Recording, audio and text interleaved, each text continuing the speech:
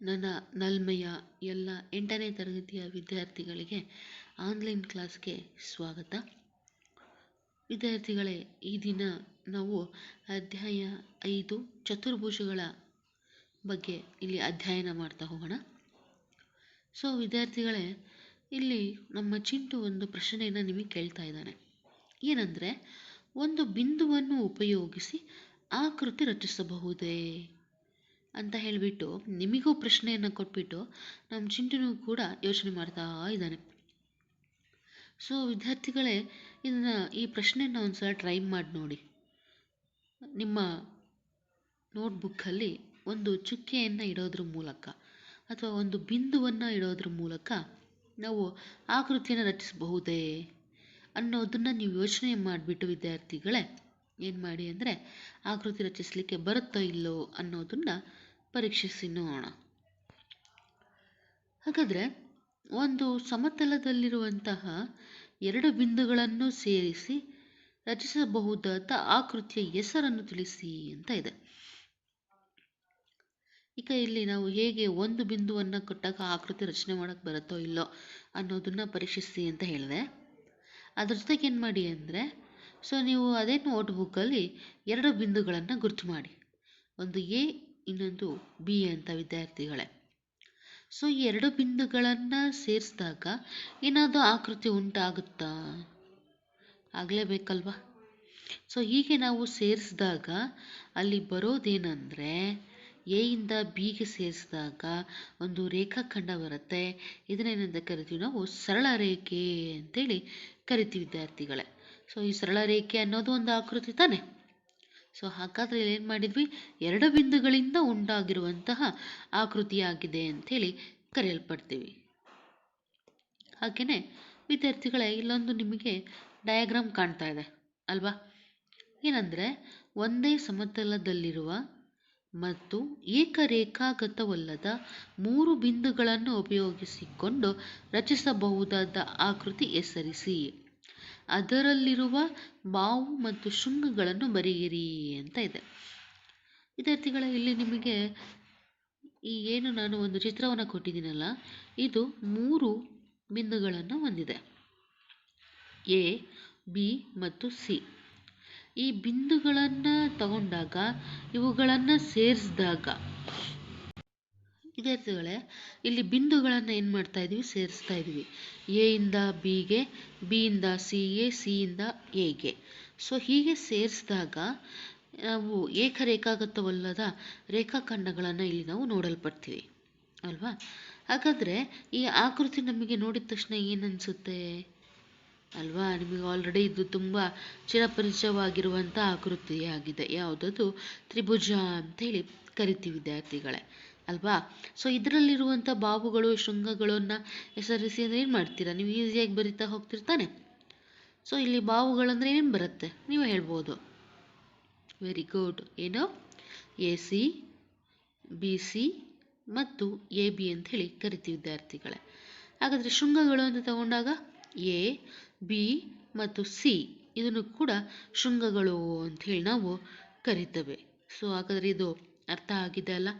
ಮೊದಲನೇದಾಗಿ ಒಂದು ಬಿಂದು, ನಂತರ ಎರಡು ಬಿಂದುಗಳನ್ನು ತಗೊಂಡಾಗ ಸರಳ ರೇಖೆ ಬಂತು. ಹಾಗಾದರೆ ಅದೇ ಸಮತಲದಲ್ಲಿ ಮೂರು ಏಕರೇಖಾಗತವಲ್ಲದ ಬಿಂದುಗಳನ್ನು ತಗೊಂಡಾಗ ಇವುಗಳನ್ನು ಜಾಯಿಂಟ್ ಮಾಡಿದಾಗ ಅಲ್ಲಿ ಆಕೃತಿ ಉಂಟಾಗಿದೆ. ಅದೇ ಯಾವುದು? ತ್ರಿಭುಜ ಅಂತೇಳಿ ಕರೆಯಲ್ಪಡ್ತೀವಿ ವಿದ್ಯಾರ್ಥಿಗಳೇ. ಈ ತ್ರಿಭುಜವನ್ನು ನಾವು ಹೇಗೆ ರೊಟೇಟ್ ಮಾಡಿದ್ರೂ ಕೂಡ ಏನಾಗುತ್ತೆ? ಆ ಬಾವುಗಳಲ್ಲಿ ಏನು ಬದಲಾವಣೆ ಆಗೋದಿಲ್ಲ, ಹೌದು ತಾನೆ? ಆವಾಗಲೇ ಬಾವು ಏನು ನೋಡಿದ್ವೋ ಅದೇ ಬಾವು ಇರುತ್ತೆ, ಶೃಂಗ ಏನಿದೆಯೋ ಅದೇ ಶೃಂಗ ಇರುತ್ತೆ ಅಲ್ವಾ? ಹಾಗಾಗಿ ಇದರ ಮೂಲಕ ನಾವು ಒಂದು ಕನ್ಕ್ಲೂಷನ್ಗೆ ಬರ್ತೀವಿ. ಏನಂದರೆ, ಮೂರು ರೇಖಾಗತವಲ್ಲದ ಬಿಂದುಗಳಿಂದ ನಾವು ತ್ರಿಭುಜವನ್ನು ರಚನೆ ಮಾಡಬಹುದು ಅಂತ ಹೇಳಿಬಿಟ್ಟು ವಿದ್ಯಾರ್ಥಿಗಳೇ. ಹಾಗಾದರೆ ಇಲ್ಲಿ ಇನ್ನೊಂದು ಪ್ರಶ್ನೆಯನ್ನು ನಾವು ನಿಮಗೆ ನೀಡ್ತಾ ಇದ್ದೀವಿ. ಮಕ್ಕಳಲ್ಲಿ ನೀವು ನೋಡಿರುವ ಬಣ್ಣ ಬಳಿಯುವವನಿಗೆ ಮತ್ತು ಗಾರೆ ಕೆಲಸದವನಿಗೆ ಚತುರ್ಭುಜ ಮತ್ತು ತ್ರಿಭುಜ ತಿಳುವಳಿಕೆ ಏಕೆ ಬೇಕು ಅಲ್ವಾ? ಈಗ ಮನೆ ಕಟ್ಟಬೇಕಾದ್ರೆ ಏನು ಗಾರೆ ಕೆಲಸವನ್ನಾಗಿರಬಹುದು, ಅದೇ ಕಟ್ಟಿರುವಂಥ ಮನೆಗೆ ಪೇಂಟ್ ಮಾಡೋದಾಗಿರಬಹುದು, ಹೌದು ತಾನೆ. ಇವರಿಗೆ ಚತುರ್ಭುಜ ಮತ್ತು ತ್ರಿಭುಜದ ತಿಳುವಳಿಕೆ ಇರಲೇಬೇಕು. ಯಾಕೆ?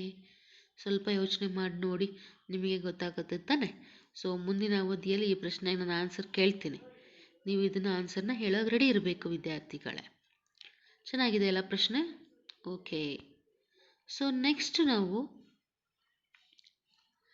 ಇಲ್ಲಿ ಮಕ್ಕಳ ನೀವು ತರಗತಿ ಕೊಠಡಿಯಲ್ಲಿ ನೋಡುತ್ತಿರುವ ಕೆಲವು ಆಕೃತಿಗಳನ್ನು ಹೆಸರಿಸಿ. ಅವುಗಳು ಹೊಂದಿರುವ ಅಂಚುಗಳು, ಶೃಂಗಗಳು ಮತ್ತು ಬಾವುಗಳನ್ನು ತಿಳಿಸಿ ಅಂತ ಇದೆ. ಇಲ್ಲೊಂದು ನಿಮಗೆ ಬಾಗಿಲಿನ ಚಿತ್ರನ ಕೊಡಲಾಗಿದೆ ವಿದ್ಯಾರ್ಥಿಗಳೇ. ಸೊ ಈ ನಿಮ್ಮ ತರಗತಿಯಲ್ಲಿರುವಂತಹ ಡೋರ್ ಆಗಿರಬಹುದು, ಅಥವಾ ನಿಮ್ಮ ಮನೆಗಳಲ್ಲಿ ಬಳಸುವಂತಹ ಡೋರ್ಗಳಾಗಿರಬಹುದು ಅಲ್ವಾ. ಇಲ್ಲಿ ನೀವು ನೋಡುತ್ತಿರುವಂಥ ಕೆಲವು ಆಕೃತಿಗಳನ್ನು ನೀವು ನೋಡ್ತಾ ಹೋಗ್ತೀರಾ.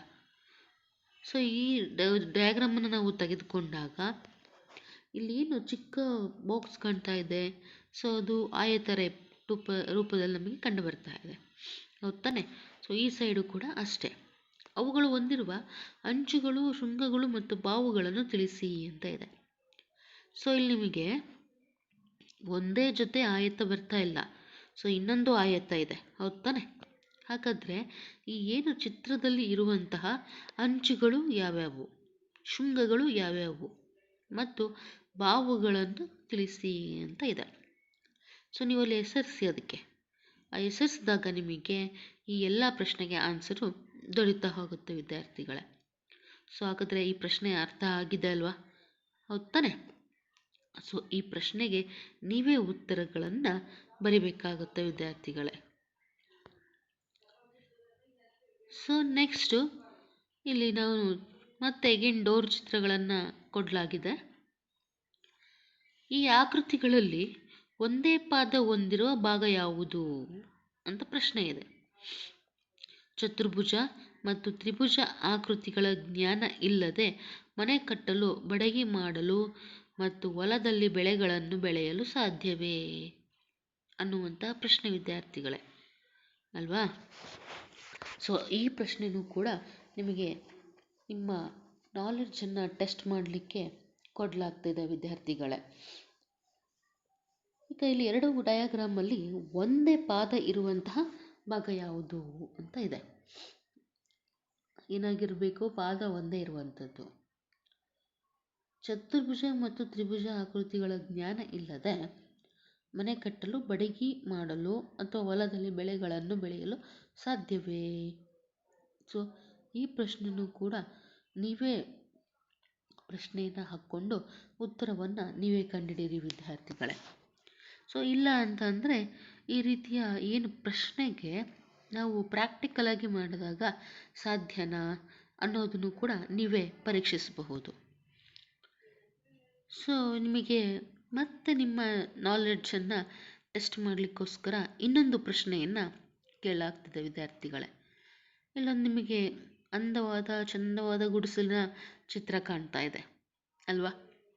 ಈ ಗುಡಿಸಲಿನಲ್ಲಿ ನಾವು ನೋಡಬಹುದಾದ ಆಕೃತಿಗಳನ್ನು ಪಟ್ಟಿ ಮಾಡಿ ಅಂತ ಇದೆ. ಇಲ್ಲಿ ನೀವು ಚಿತ್ರವನ್ನು ಅಬ್ಸರ್ವ್ ಮಾಡಿದಾಗ ಒಂದೇ ಆಕೃತಿ ಅಲ್ಲ, ಹಲವಾರು ಆಕೃತಿಗಳು ನಿಮಗೆ ಕಂಡು ಬರ್ತಾ ಇದೆ. ಯಾವ್ಯಾವ ಆಕೃತಿಗಳು ಅನ್ನೋದನ್ನು ನೀವೇನು ಮಾಡಬೇಕು? ಟೆಸ್ಟ್ ಮಾಡಬೇಕು. ಸೊ ಟೆಸ್ಟ್ ಮಾಡಿ ಅವುಗಳನ್ನು ಪಟ್ಟಿ ಮಾಡಬೇಕು ವಿದ್ಯಾರ್ಥಿಗಳೇ. ಈ ಎಂಬ ಪ್ರಶ್ನೆ ಕೇಳುವುದರಿಂದ ಮಕ್ಕಳ ಪೂರ್ವಜ್ಞಾನವನ್ನು ಪರೀಕ್ಷಿಸುವುದು. ನಿಮ್ಮ ಜ್ಞಾನವನ್ನು ಇಲ್ಲಿ ಏನು ಮಾಡ್ತಿದೆ? ಪರೀಕ್ಷೆಯನ್ನು ಮಾಡಲಾಗ್ತಿದೆ. ಈಗ ಆಲ್ರೆಡಿ ನಿಮಗೆ ಚಿರಪರಿಚಯ ಇರುವಂಥ ಆಕೃತಿಗಳು ಯಾವುದು? ಸರಳ ರೇಖೆ ಆಗಿರಬಹುದು, ತ್ರಿಭುಜ ಆಗಿರಬಹುದು, ಚತುರ್ಭುಜ ಆಗಿರಬಹುದು, ಆಯತ, ವರ್ಗ ಅಲ್ವಾ, ಚೌಕ. ಸೊ ಇವೆಲ್ಲ ಆಕೃತಿಗಳು ಇದರಲ್ಲಿ ಒಳಗೊಂಡಿದೆ. ಸೊ ಅದು ಯಾವುದು ಅಂಥೇಳಿ ನೀವು ಐಡೆಂಟಿಫೈ ಮಾಡಿ ಅದರ ಒಂದು ಪಟ್ಟಿಯನ್ನು ನೀವು ಮಾಡಬೇಕಾಗತ್ತೆ ವಿದ್ಯಾರ್ಥಿಗಳೇ. ಇಲ್ಲೇನು ನಾನು ಪ್ರಶ್ನೆ ನಿಮಗೆ ಕೇಳಿದ್ದೇನೆ, ಸೊ ಇವನ್ನೆಲ್ಲ ಉತ್ತರಗಳನ್ನು ನೀವೇ ಏನು ಮಾಡಬೇಕು? ಓನಾಗಿ ಪ್ರಾಕ್ಟಿಕಲಾಗಿ ಪರೀಕ್ಷಿಸಿಬಿಟ್ಟು ಉತ್ತರಗಳನ್ನು ಬರಿಬೇಕಾಗತ್ತೆ ವಿದ್ಯಾರ್ಥಿಗಳೇ. ಹಾಗಾದರೆ ಇದುವರೆಗೂ ನಾವು ಏನು ಎಲ್ಲ ಪ್ರಶ್ನೆಗಳಿಗೂ ನಾವು ಕ್ವಶನ್ಸ್ನ ನೋಡ್ತಾ ಹೋದ್ವಿ.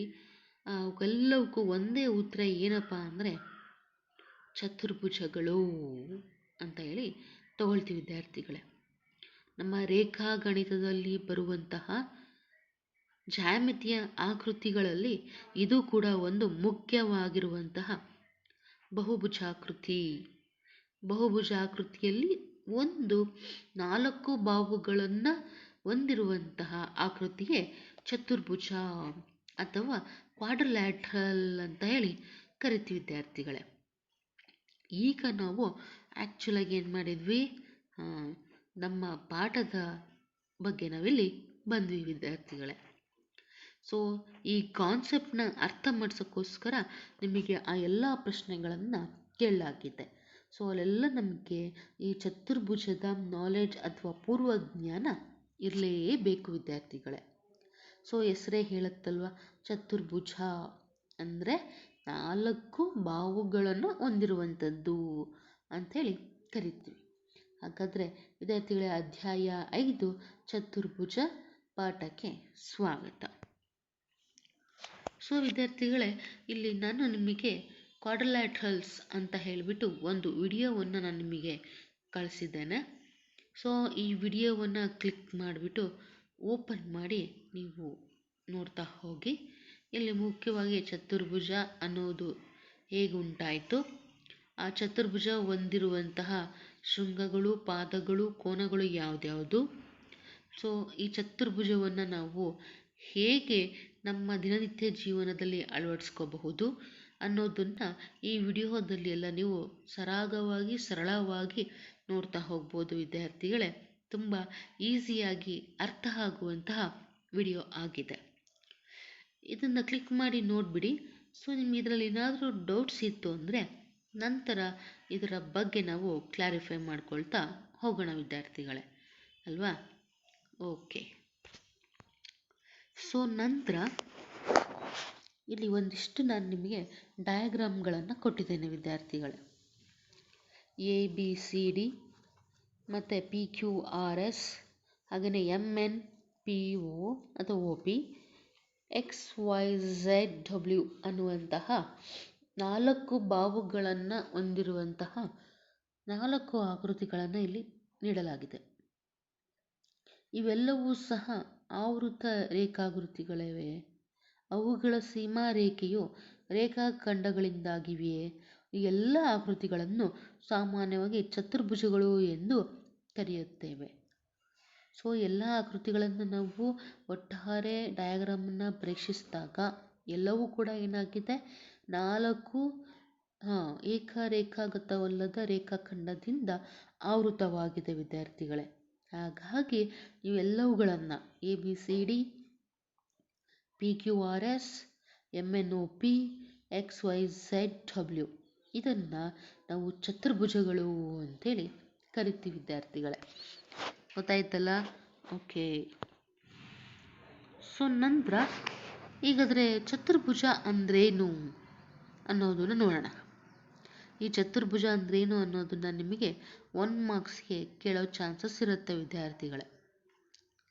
ಒಂದೇ ಸಮತಲದಲ್ಲಿರುವ 4 ಬಿಂದುಗಳಲ್ಲಿ ಯಾವುದೇ 3 ಬಿಂದುಗಳು ಏಕರೇಖಾಗತವಲ್ಲದಂತೆ ಬಿಂದುಗಳನ್ನು ರೇಖಾಖಂಡಗಳಿಂದ ಪರಸ್ಪರ ಅಂತ್ಯ ಬಿಂದುಗಳಲ್ಲಿ ಸಂಧಿಸುವಂತೆ ರಚಿಸಲಾದ ಆವೃತಿ ರೇಖಾಕೃತಿಗೆ ಚತುರ್ಭುಜ ಎನ್ನುತ್ತೇವೆ. ಸೊ ಇಲ್ಲಿ ಒಂದು ಸಮತಲವನ್ನು ತೆಗೆದುಕೊಳ್ತೇವೆ. ಫಾರ್ ಎಕ್ಸಾಂಪಲ್ಲು ನಮ್ಮ ಕ್ಲಾಸಲ್ಲಿರುವಂತಹ ಬೋರ್ಡ್ ಆಗಿರಬಹುದು, ಅದೇನಾಗಿದೆ, ಸಮತಲವಾಗಿದೆ. ಅದರ ಮೇಲ್ಮೈ ಅಲ್ಲಿ ನಾವು 4 ಬಿಂದುಗಳನ್ನು ತೆಗೆದುಕೊಳ್ತೀವಿ. ಆ 4 ಬಿಂದುಗಳಲ್ಲಿ ಯಾವುದೇ 3 ರೇಖಾಗತವಲ್ಲದಂತಹ ಬಿಂದುಗಳನ್ನು ರೇಖಾಖಂಡಗಳಿಂದ ಪರಸ್ಪರ ಅಂತ್ಯ ಬಿಂದುಗಳಲ್ಲಿ ಸಂಧಿಸುವಂತೆ. ಸೊ ABCD ಅಂತೇಳಿ 4 ಬಿಂದು ತೊಗೊಂಡಿದ್ದೀವಿ. ಎಯನ್ನು ಬಿಗೆ, ಬಿಯನ್ನು ಸಿಗೆ, ಸಿಯನ್ನು ಡಿಗೆ, ಡಿಯನ್ನು ಎಗೆ ಏಕರೇಖಾಗತವಲ್ಲದಂತಹ ರೇಖಾಖಂಡಗಳ ಸಹಾಯದಿಂದ ಸೇರಿಸಿದಾಗ ಅಲ್ಲಿ ಉಂಟಾಗುವಂತಹ ಆವೃತ ರೇಖಾಕೃತಿಗೆ ಅದು ಎಲ್ಲ ಬಿಂದುಗಳೇನಾಗಿರುತ್ತೆ, ಆವರಿಸ್ಕೊಂಡಿರುತ್ತೆ ಅಲ್ವಾ. ಹಾಗಾಗಿನೇ ಆವೃತ ಅಂತ ಹೇಳಿ ಕರೆಯಲ್ಪಟ್ಟಿದೆ ವಿದ್ಯಾರ್ಥಿಗಳೇ. ಈ ರೀತಿ ಆವೃತವಾಗಿರುವಂತಹ ರೇಖಾಕೃತಿಗೆ ಚತುರ್ಭುಜ ಅಂತ ಹೇಳ್ಬಿಟ್ಟು ನಾವು ಕರಿತೇವೆ ವಿದ್ಯಾರ್ಥಿಗಳೇ. ಹಾಗಾದರೆ ಚತುರ್ಭುಜ ಅಂದ್ರೇನು ಅಂತ ನೋಡಿದ್ವಿ. ಅದಕ್ಕೆ ಇರುವಂತಹ ಉದಾಹರಣೆ ಡಯಾಗ್ರಾಮ್ಗಳನ್ನು ಕೂಡ ಕೊಟ್ಟೆ, 4 ಚಿತ್ರಗಳನ್ನು ನೋಡೋದ್ರ ಮೂಲಕ. ಹಾಗಾದರೆ ಈ ಚತುರ್ಭುಜದ ಗುಣಲಕ್ಷಣ ಏನಿರಬಹುದು ಅನ್ನೋದ್ರ ಬಗ್ಗೆ ನೋಡ್ತಾ ಹೋಗೋಣ. ಚತುರ್ಭುಜದ ಪ್ರತಿ ಒಳಕೋನಗಳ ಮೊತ್ತವು 180 ಡಿಗ್ರಿಗಿಂತ ಕಡಿಮೆ ಇದ್ದರೆ ಅದನ್ನು ಬಹಿರ್ವಕ್ರ ಚತುರ್ಭುಜವೆಂದು ಕರೆಯುತ್ತೇವೆ. ವಿದ್ಯಾರ್ಥಿಗಳೇ, ಇಲ್ಲಿ ನಿಮಗೇನು ಡಿಸ್ಪ್ಲೇ ಆಗ್ತಿದೆಯಲ್ಲ ಅದರಲ್ಲಿ ಮೊದಲ ಡಯಾಗ್ರಾಮನ್ನು ತೆಗೆದುಕೊಳ್ಳಿ. ABCD ಅಂತಿದೆಯಲ್ಲ ಅದು. ಸೊ ಇಲ್ಲಿ 4 ಏನಿದೆ ಕೋನಗಳು ಇದ್ದಾವೆ ಅಲ್ವಾ. ಈ 4 ಕೋನಗಳ ಒಳಕೋನಗಳ ಮೊತ್ತ 180 ಡಿಗ್ರಿಗಿಂತ ಕಡಿಮೆ ಇದ್ದರೆ, ಅಂದರೆ ಆ ಎಲ್ಲ ಕೋನಗಳನ್ನು ಕೂಡಿಸಿದಾಗ ಅವುಗಳ ಮೊತ್ತ 180 ಡಿಗ್ರಿಗಿಂತ ಕಡಿಮೆ ಬರಬೇಕು. ಸೊ ಹಾಗಿದ್ದರೆ ಅದನ್ನು ಬಹಿರ್ವಕ್ರ ಚತುರ್ಭುಜ ಅಂತೇಳಿ ಕರಿತೀವಿ ವಿದ್ಯಾರ್ಥಿಗಳೇ. ಸೊ ಇದು ಕೂಡ ಏನು ಒಂದು ಚತುರ್ಭುಜದ ಗುಣಲಕ್ಷಣವಾಗಿದೆ. ಹಾಗೆಯೇ ಇನ್ನೊಂದು ಡಯಾಗ್ರಾಮನ್ನು ತಗೊಳ್ಳಿ ವಿದ್ಯಾರ್ಥಿಗಳೇ, KLMN. ಸೊ ಇದು ಕೂಡ 4 ಬಿಂದುಗಳಿದೆ, 4 ಬಾಹುಗಳಿಂದ ಆವೃತವಾಗಿದೆ. ಹಾಗಾಗಿ ಇದು ಚತುರ್ಭುಜ ಅಂತೇಳಿ ಅನಿಸ್ಕೊಳ್ಳುತ್ತೆ ಅಲ್ವಾ. ಈ ಚತುರ್ಭುಜದ ಯಾವುದೇ ಒಂದು ಕೋನ 180 ಡಿಗ್ರಿಗಿಂತ ಹೆಚ್ಚಾಗಿದ್ದರೆ, ಈ 4ರಲ್ಲಿ ಯಾವುದಾದ್ರೂ ಒಂದು ಕೋನ 180 ಡಿಗ್ರಿಗಿಂತ ಜಾಸ್ತಿ ಇದ್ದರೆ ಅದನ್ನು ಅಂತರ್ವಕ್ರ ಚತುರ್ಭುಜವೆಂದು ಕರೆಯುತ್ತೇವೆ. ವಿದ್ಯಾರ್ಥಿಗಳೇ, ಇದನ್ನು ನಿಮಗೆ ಎಕ್ಸಾಮಲ್ಲಿ ಬಹಿರ್ವಕ್ರ ಚತುರ್ಭುಜ ಮತ್ತು ಅಂತರ್ವಕ್ರ ಚತುರ್ಭುಜ ಇವೆರಡಕ್ಕೂ ಇರುವಂತಹ ವ್ಯತ್ಯಾಸವೇನು ಅಥವಾ ಡೆಫಿನಿಷನ್ಗಳನ್ನು ನಿಮಗೆ ಎಕ್ಸಾಮಲ್ಲಿ ಕೇಳೋ ಚಾನ್ಸಸ್ ಇರುತ್ತೆ ವಿದ್ಯಾರ್ಥಿಗಳೇ. ಅದಕ್ಕೆ ನೀವೇನು ಮಾಡಬೇಕು, ಇವೆರಡರ ಡೆಫಿನಿಷನ್ನ ಬರಿಬೇಕು ಮತ್ತು ಕೋನ ಏನಾಗಿರುತ್ತೆ ಅನ್ನೋದನ್ನು ಬರಿಬೇಕಾಗುತ್ತೆ. ಜೊತೆಗೆ ಈ 2 ಡಯಾಗ್ರಾಮನ್ನು ಬರೆದರಲ್ಲಿ 2 ಮಾರ್ಕ್ಸ್ಗೆ ಈ ಪ್ರಶ್ನೆಯನ್ನು ನಿಮಗೆ ಕೇಳ್ತಾರೆ ವಿದ್ಯಾರ್ಥಿಗಳೇ. ಹಾಗಾದರೆ ಇದೆರಡರ ಡೆಫಿನಿಷನ್ ಅರ್ಥ ಆಗಿದೆ ಅಂತ ತಿಳ್ಕೊಳ್ತೀನಿ ಅಲ್ವಾ. ಅರ್ಥ ಆಗಿದೆಯಲ್ಲ ವಿದ್ಯಾರ್ಥಿಗಳೇ? ಓಕೆ, ಹಾಗಾದರೆ ಮುಂದೆ ಹೋಗೋಣ ನಾವು ಹಂಗಾರೆ. ಸೊ ಇಲ್ಲಿ ಈ ಚತುರ್ಭುಜವನ್ನು ತೆಗೆದುಕೊಂಡಾಗ ಇದರಲ್ಲಿ ಮುಖ್ಯವಾಗಿ ಬರುವಂತಹ ಗುಣಲಕ್ಷಣಗಳು ಯಾವುದ್ಯಾವುದು ಅನ್ನೋದನ್ನು ನೋಡೋಣ ವಿದ್ಯಾರ್ಥಿಗಳೇ. ಸೊ ವಿದ್ಯಾರ್ಥಿಗಳೇ, ಇದೊಂದು ಡಯಾಗ್ರಾಮ್ ಕೊಟ್ಟಿದ್ದೀವಿ ABCD ಅಂತ ಹೇಳ್ಬಿಟ್ಟು. ಇದು 4 ರೇಖಾಖಂಡವಲ್ಲದ ರೇಖೆಗಳಿಂದ ಆವೃತವಾಗಿರುವಂಥದ್ದಾಗಿದೆ. ಹಾಗಾಗಿ ಇದನ್ನು ನಾವು ಚತುರ್ಭುಜ ಅಂತೇಳಿ ಕರೀತೇವೆ. ಎಯನ್ನು ಬಿಗೆ, ಬಿಯನ್ನು ಸಿಗೆ, ಸಿಯನ್ನು ಡಿಗೆ, ಹಾಗೆ ಡಿಯನ್ನು ಹೇಗೆ ಏನು ಮಾಡಿದ್ದೀವಿ ಸೇರಿಸಲ್ಪಟ್ಟಿದ್ದೇವೆ ವಿದ್ಯಾರ್ಥಿಗಳೇ. ಅದಲ್ಲದಲ್ಲೇ ಎಯನ್ನು ಸಿಗೆ, ಬಿಯನ್ನು ಡಿಗೆ ಕೂಡ ನಾವು ಸೇರಿಸಲ್ಪಟ್ಟಿದ್ದೇವೆ. ಸೊ ಈ 2 ರೇಖೆಗಳು ಪರಸ್ಪರ ಸಂಧಿಸಲ್ಪಟ್ಟಿದ್ದಾವೆ. ಇವುಗಳನ್ನು ಆ ಚತುರ್ಭುಜದ ಕರ್ಣಗಳು ಅಂಥೇಳಿ ಕರಿತೀವಿ ವಿದ್ಯಾರ್ಥಿಗಳೇ. ಅರ್ಥ ಆಗಿದೆಯಲ್ಲ ಡಯಾಗ್ರಾಮು? ಸೊ ಈ ರೀತಿ ಸಂಧಿಸೋದ್ರ ಜೊತೆಗೆ ಚತುರ್ಭುಜವನ್ನು 4 ಭಾಗಗಳಾಗಿ ವಿಂಗಡಣೆ ಮಾಡಿದೆ. ಸೊ ಆ 4 ಭಾಗಗಳು ಪರಸ್ಪರ ನಿಮಗೆ ನಾವು ವೀಕ್ಷಿಸಿದಾಗ ಏನಾಗಿ ಕಾಣ್ತಿದೆ ಹೇಳ್ತೀರಾ ವಿದ್ಯಾರ್ಥಿಗಳೇ? Very good. ಏನು? ತ್ರಿಭುಜ ಅಲ್ವಾ. ಅಲ್ಲಿಗೆ ಟೋಟಲಾಗಿ ಎಷ್ಟು ತ್ರಿಭುಜಗಳು? 4 ತ್ರಿಭುಜಗಳು ನಿಮಗಿಲ್ಲಿ ಕಂಡು ಬರ್ತಾ ಇದೆ ವಿದ್ಯಾರ್ಥಿಗಳೇ ಅಲ್ವಾ. ಸೊ ಇದಿಷ್ಟು ಈ ಚಿತ್ರದ ಪರಿಚಯ. ಹಾಗಾದರೆ ಈ ಚತುರ್ಭುಜದ ಗುಣಲಕ್ಷಣ ಏನೇನು ನೋಡ್ತಾ ಹೋಗೋಣ. ABCD ಒಂದು ಚತುರ್ಭುಜವಾಗಿರಲಿ. ಓಕೆ, ಚತುರ್ಭುಜ ಅಂತೇಳಿ ತೊಗೊಂಡಿದ್ದೇವೆ. ಫಸ್ಟ್ ಗುಣಲಕ್ಷಣ ತಗೊಂಡಾಗ ABCD ಬಿಂದುಗಳು ಚತುರ್ಭುಜದ ಶೃಂಗಗಳಾಗಿವೆ ಅಲ್ವಾ. ಸೊ ನಾವು ಪಾಯಿಂಟ್ಸನ್ನು ಏನು ಸೇರಿಸ್ತಾ ಹೋಗ್ತೀವಲ್ಲ, ಸೊ ABCD 4 ಅವುಗಳು ಈ ಚತುರ್ಭುಜದ ಶೃಂಗಗಳಾಗಿವೆ. ಸೆಕೆಂಡ್ ಪಾಯಿಂಟು, ರೇಖಾಖಂಡಗಳಾದ AB, BC, CD ಮತ್ತು DAಗಳು ಚತುರ್ಭುಜದ ಬಾಹುಗಳಾಗಿವೆ. ಈ ಶೃಂಗಗಳನ್ನು ರೇಖಾಖಂಡದ ಸಹಾಯದಿಂದ ಸೇರಿಸಿದಾಗ ಉಂಟಾಗಿರುವಂತಹ 4 ಚತುರ್ಭುಜದ ಬಾಹುಗಳು. ಯಾವುದ್ಯಾವುದು? ABC, CD ಮತ್ತು DA ಅಲ್ವಾ ವಿದ್ಯಾರ್ಥಿಗಳೇ? ಇದರ ಜೊತೆಗೆ ನಿಮಗೆ ಕೋನಗಳು ಕೂಡ ಕಂಡು ಬರ್ತಾ ಇದೆ. ಹಾಗಾದರೆ ಗುಣಲಕ್ಷಣದಲ್ಲಿ ಮೂರನೇ ಪಾಯಿಂಟ್ಸ್ ಏನು ಹೇಳುತ್ತೆ ಅಂದರೆ DAB, ABC, BCD ಮತ್ತು CDAಗಳು ಈ ಚತುರ್ಭುಜದ 4 ಕೋನಗಳಾಗಿವೆ ಅಂಥೇಳಿ ಕರಿತೀವಿ ವಿದ್ಯಾರ್ಥಿಗಳೇ. ಸೊ ಅರ್ಥ ಆಗಿದೆ ಅಲ್ವಾ?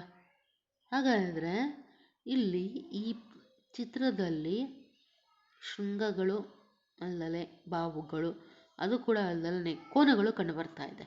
ಸೊ ಈ ಮೂರು ಅಲ್ಲದೆ ಇನ್ನೊಂದು ಇಂಪಾರ್ಟೆಂಟ್ ಆಗಿರುವಂತಹ ಚತುರ್ಭುಜದ ಗುಣಲಕ್ಷಣ ಇದೆ, ಅದೇ ರೇಖಾಖಂಡ AC ಮತ್ತು BDಗಳು ಆ ಚತುರ್ಭುಜದ 4 ಕರ್ಣಗಳಾಗಿವೆ ಅಂಥೇಳಿ ಕರೆಯಲ್ಪಡ್ತೀವಿ ವಿದ್ಯಾರ್ಥಿಗಳೇ.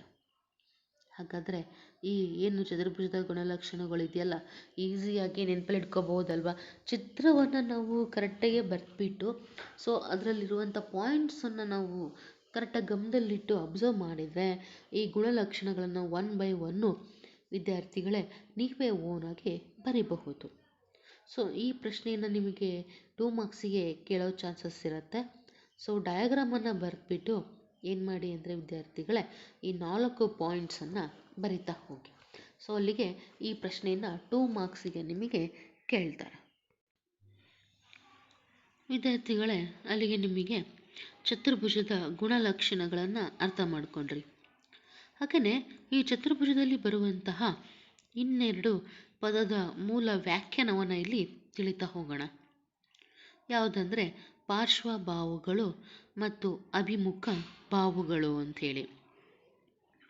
ಇದರಲ್ಲಿ ಮೊದಲದಾಗಿ ನಾವು ಪಾರ್ಶ್ವಬಾಹುವನ್ನು ತೆಗೆದುಕೊಂಡ್ರೆ ಏನು ಹೇಳುತ್ತೆ ಅಂದರೆ ಚತುರ್ಭುಜದ 2 ಬಾಹುಗಳನ್ನು ಪಾರ್ಶ್ವ ಅಥವಾ ಕ್ರಮಾನುಗತ ಬಾಹುಗಳು ಎಂದು ಹೇಳಬೇಕಾದರೆ ಅವೆರಡು ಸಾಮಾನ್ಯ ಅಂತ್ಯ ಬಿಂದು ಹೊಂದಿರಬೇಕು.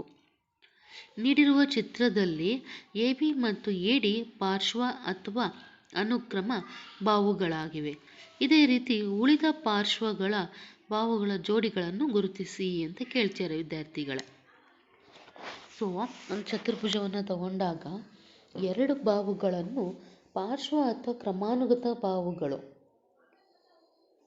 ಸೊ ಒಂದು ABCD ಅಂಥೇಳಿ ಚತುರ್ಭುಜ ತಗೊಂಡಾಗ AB ಆದಮೇಲೆ AD ವಿದ್ಯಾರ್ಥಿಗಳೇ ಅಲ್ವಾ?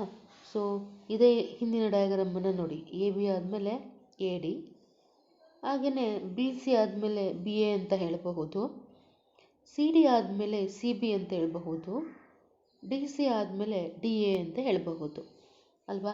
ಇವೆಲ್ಲ ಏನು ಅನುಕ್ರಮ ಬಾಹುಗಳಾಗಿವೆ ಅಥವಾ ಪಾರ್ಶ್ವ ಬಾಹುಗಳು. ಇವು ಅವೆರಡು ಸಾಮಾನ್ಯ ಅಂತ್ಯಬಿಂದು ಹೊಂದಿರಬೇಕು. AB ಮತ್ತು AD ತಗೊಂಡಾಗ ಇದರಲ್ಲಿ ಅಂತ್ಯಬಿಂದು ಯಾವುದು ವಿದ್ಯಾರ್ಥಿಗಳೇ? A ಅಲ್ವಾ? 2 ಬಾಹುಗಳಿಗೆ A ಅನ್ನೋದೇ ಸಾಮಾನ್ಯ ಅಂತ್ಯಬಿಂದು ಅಲ್ವಾ? ಹಾಗಾಗಿ AB ಮತ್ತು AD ಪಾರ್ಶ್ವ ಅಥವಾ ಅನುಕ್ರಮ ಬಾಹುಗಳಾಗಿವೆ ಅಂತ ಕರಿತೀವಿ. ಅಲ್ಲಿಗೆ ಅರ್ಥ ಆಯ್ತಲ್ಲ ವಿದ್ಯಾರ್ಥಿಗಳೇ? ಪಾರ್ಶ್ವ ಬಾಹು ಅಂದರೆ ಯಾವುದು ಅಂತ ಹೇಳಿಬಿಟ್ಟು ಒಂದು ಚತುರ್ಭುಜವನ್ನು ಕೊಟ್ಟಾಗ ಏನು ಚತುರ್ಭುಜದ ಅವೆರಡು ಸಾಮಾನ್ಯ ಅಂತ್ಯಬಿಂದು ಹೊಂದಿರುತ್ತೆ ಅಂತಹ ಅನುಕ್ರಮ ಬಾಹುಗಳಿಗೆ ನಾವು ಪಾರ್ಶ್ವಭಾವದ ಜೋಡಿಗಳು ಅಂಥೇಳಿ ಕರಿತೀವಿ ವಿದ್ಯಾರ್ಥಿಗಳೇ. ಸೊ ಯಾವುದೇ ಕೊಟ್ಟರು ನೀವು ಈಸಿಯಾಗಿ ಬಾಹುಗಳನ್ನು ಹೆಸರಿಸ್ತಾ ಹೋಗಬಹುದು. ಹಾಗೆಯೇ ಇದರಲ್ಲಿ ಬರುವಂತಹ ಇನ್ನೊಂದು ಮೂಲ ಪದದ ವ್ಯಾಖ್ಯಾನ ಏನಪ್ಪ ಅಂದರೆ ಅಭಿಮುಖ ಬಾಹುಗಳು. 2 ಬಾಹುಗಳನ್ನು ಅಭಿಮುಖ ಬಾಹುಗಳು ಎನ್ನಬೇಕಾದರೆ ಅವುಗಳು ಸಾಮಾನ್ಯ ಅಂತ್ಯಬಿಂದುಗಳನ್ನು ಹೊಂದಿರಬಾರದು. ಈಗ ನಾವು ಫಸ್ಟ್ ಪಾಯಿಂಟಲ್ಲಿ AB ಮತ್ತು AD ಅವೆರಡರಲ್ಲಿ A ಅನ್ನೋದು ಸಾಮಾನ್ಯ ಅಂತ್ಯಬಿಂದು ಹೌದಾನೆ? ಈ ರೀತಿಯಾಗಿ ಅಂತ್ಯಬಿಂದುವನ್ನು ಹೊಂದಿರಬಾರ್ದು. ಸೊ ಅಂತಹ ಬಾಹುಗಳನ್ನು ನಾವೇನಂತ ಕರಿತೀವಿ? ಅಭಿಮುಖ ಬಾಹುಗಳು ಅಂಥೇಳಿ ಕರಿತೀವಿ ವಿದ್ಯಾರ್ಥಿಗಳೇ. ಸೊ ಈಗೇನು ಈ ಚಿತ್ರದಲ್ಲಿ ನೋಡಿ, ಇಲ್ಲಿ AB ಅನ್ನೋದು ಅಭಿಮುಖವಾಗಿರೋದು ಯಾವುದು ಅಂದರೆ ಇದರ ಎದುರುಗಡೆ ಇರುವಂಥ ಬಾಹು DC ಅಲ್ವಾ? ಹಾಗೆಯೇ ADಗೆ ಅಭಿಮುಖವಾಗಿರೋದು ಯಾವುದು? BC. ಸೊ ಇಂಥವುಗಳನ್ನು ನಾವು ಚಿತ್ರದಲ್ಲಿ ಗಮನಿಸಿದಾಗ ಅಭಿಮುಖ ಬಾಹುಗಳು ಅಂಥೇಳಿ ಕರಿತೇವೆ. ಎ ಬಿಗೆ ಡಿ ಸಿ ಅಲ್ವಾ, ಹಾಗೆಯೇ ಎ ಬಿಗೆ ಡಿ ಸಿ ಆದರೆ ಬಿ ಸಿಗೆ ಯಾವುದು ಎ ಡಿ ಏನಾಗಿರುತ್ತೆ, ಅಭಿಮುಖವಾಗಿರುತ್ತೆ ವಿದ್ಯಾರ್ಥಿಗಳೇ. ಹಾಗಾದರೆ ಉಳಿದಂತಹ ಅಭಿಮುಖ ಬಾಹುಗಳ ಜೋಡಿಯನ್ನು ಕೂಡ ನಾವು ಹೆಸರಿಸಿದ್ವಿ ತಾನೆ. ಅಲ್ಲಿಗೆ ನಾವು ಒಟ್ಟಾರೆ ಈ ಎರಡು ಡೆಫಿನಿಷನ್ ಪ್ರಕಾರ ಎರಡು ಪಾರ್ಶ್ವಬಾಹು ಮತ್ತು ಅಭಿಮುಖ ಬಾಹು ಇವೆರಡಕ್ಕೂ ಇರುವಂತಹ ವ್ಯತ್ಯಾಸವನ್ನು ತಿಳ್ಕೊಂಡು ವಿದ್ಯಾರ್ಥಿಗಳೇ ಈಸಿಯಾಗಿ ಚಿತ್ರದ ಮೂಲಕ ಅಲ್ವಾ. ಇದರಲ್ಲಿ ನಿಮಗೆ ಯಾವುದೇ ಡೌಟ್ ಇಲ್ಲ ಅಂತ ಹೇಳಿ ತಿಳ್ಕೊತೀನಿ ವಿದ್ಯಾರ್ಥಿಗಳೇ. ಸೊ ಇದುವರೆಗೂ ನಾವು ಏನು ನೋಡಿದ್ವಿ, ಫಸ್ಟ್ ನಾನು ಪರಿಚಯವನ್ನು ಮಾಡಬೇಕಾದ್ರೆ ಕೇಳಿರುವಂತಹ ಕೆಲವು ಪ್ರಶ್ನೆಗಳು, ಹಾಗೆ ಈ ಪಾಠಕ್ಕೆ ಸಂಬಂಧಪಟ್ಟಿದಂತಹ ಚತುರ್ಭುಜದ ಪದದ ವ್ಯಾಖ್ಯಾನದ ವಿಡಿಯೋ ಅಲ್ವಾ, ಅದರಲ್ಲಿ ಏನಾದರೂ ಡೌಟ್ಸ್ ಇದ್ದರೆ ನೀವು ಕ್ಲಾರಿಫೈ ಮಾಡ್ಕೋಬೋದು ವಿದ್ಯಾರ್ಥಿಗಳೇ. ಹಾಗೆಯೇ ಈ ಚತುರ್ಭುಜದ ಲಕ್ಷಣ, ಚತುರ್ಭುಜ ಅಂದ್ರೇನು, ಚತುರ್ಭುಜ ತಗೊಂಡಾಗ ಯಾವ ರೀತಿ ನಮಗೆ ಆಕೃತಿ ಕಂಡು ಬರುತ್ತೆ, ಅದರಲ್ಲಿರುವಂತಹ ಗುಣಲಕ್ಷಣಗಳು ಯಾವುದ್ಯಾವುದು, ಹಾಗೆಯೇ ಪಾರ್ಶ್ವಬಾಹು ಮತ್ತು ಅಭಿಮುಖ ಬಾಹು ಅಂದ್ರೇನು, ಇಲ್ಲಿವರೆಗೂ ಇದನ್ನೆಲ್ಲ ತಿಳ್ಕೊಂಡು ವಿದ್ಯಾರ್ಥಿಗಳೇ. ಸೊ ನಾವು ಇದುವರೆಗೂ ಏನು ಕಲ್ತಿದ್ದೇವೆ ಈ ಎಲ್ಲ ಅಂಶಗಳನ್ನು ನೀವು ಪ್ರಶ್ನೆಗಳನ್ನು ನೀವೇ ತಯಾರು ಮಾಡಿಬಿಟ್ಟು ಉತ್ತರಗಳನ್ನು ಈ ವಿಡಿಯೋದಲ್ಲಿ ನಿಮಗೆ ಇದೆ, ಸೊ ಆ ಉತ್ತರಗಳನ್ನು ನೀವು ಬರಿತಾ ಹೋಗಬೇಕು. ಅಂದರೆ ಒಟ್ಟಾರೆ ಕ್ವಶನ್ ವಿತ್ ಆನ್ಸರನ್ನು ನೀವು ಅಟ್ಲೀಸ್ಟ್ 10 ಪ್ರಶ್ನೆಯನ್ನಾದರೂ ನೀವು ಮ್ಯಾಥ್ಸ್ ಹೋಮ್ವರ್ಕಲ್ಲಿ ಮಾಡಬೇಕು ವಿದ್ಯಾರ್ಥಿಗಳೇ. ಸೊ ಇದುವರೆಗೂ ಮಾಡಿರುವಂತಹ ಅಂಶಗಳ ಬಗ್ಗೆ ನಿಮಗೆ ತುಂಬ ಚೆನ್ನಾಗಿ ಅರ್ಥ ಆಗಿದೆ ಅಂತ ನಾನು ತಿಳ್ಕೊಳ್ತೇನೆ. ಸೊ ಇದರ ಏನಾದರೂ ಡೌಟ್ ಇದ್ದರೆ ಆಮೇಲೆ ನನ್ನ ಹತ್ರ ನೀವು ಕ್ಲಾರಿಫೈ ಮಾಡ್ಕೋಬಹುದು. ಇದರ ಮುಂದಿನ ಸಬ್ ಟಾಪಿಕ್ಕನ್ನು ನಾವು ನಂತರ ಅವಧಿಯಲ್ಲಿ ನೋಡೋಣ. ಸೊ ಇದು ಇಲ್ಲಿಯವರೆಗೆ ಪಾರ್ಟ್ ಫಸ್ಟ್ ಆಗಿರುತ್ತೆ ವಿದ್ಯಾರ್ಥಿಗಳೇ. ಪಾರ್ಟ್ ಸೆಕೆಂಡಲ್ಲಿ ನಿಮಗೆ ಚತುರ್ಭುಜದ ಮೇಲೆ ಪ್ರಮೇಯ ಬರುತ್ತೆ, ಆಮೇಲೆ ಕೆಲವು ಲೆಕ್ಕಗಳು, ಉದಾಹರಣೆ ಲೆಕ್ಕಗಳು, ಅಭ್ಯಾಸದ ಲೆಕ್ಕಗಳು, ಅದೆಲ್ಲ ಪಾರ್ಟ್ ಸೆಕೆಂಡ್ ಆಗಿರುತ್ತೆ. ಸೊ ಮುಂದಿನ ಅವಧಿಯಲ್ಲಿ ಅದನ್ನು ನಾವು ನೋಡ್ತಾ ಹೋಗೋಣ. ಅಲ್ಲಿಯವರೆಗೆ ಈ ಪಾರ್ಟ್ 1ಗೆ ಎಲ್ಲರಿಗೂ ಕೂಡ ಧನ್ಯವಾದಗಳು ವಿದ್ಯಾರ್ಥಿಗಳೇ.